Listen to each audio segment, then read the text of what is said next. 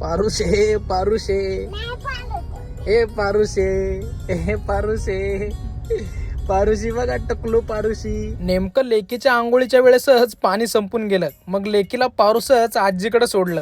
पादी पारुसा. संध्याकाळी घरी आल्यावर खोडीची लेक मला असे बोचकारायची धमकी देत होती, म्हणून मम्मीने तिचे नखच कापायला घेतले.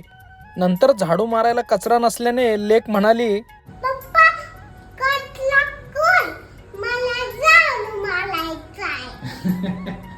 म्हणून असा थोडासा कचरा केला तर लेक झाडू उलटा करूनच मला मारायला आली.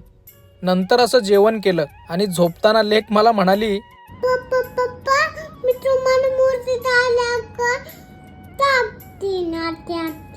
तसे थापटीशीन मला. आले वा, खूप हुशार ग माझी बब्बू.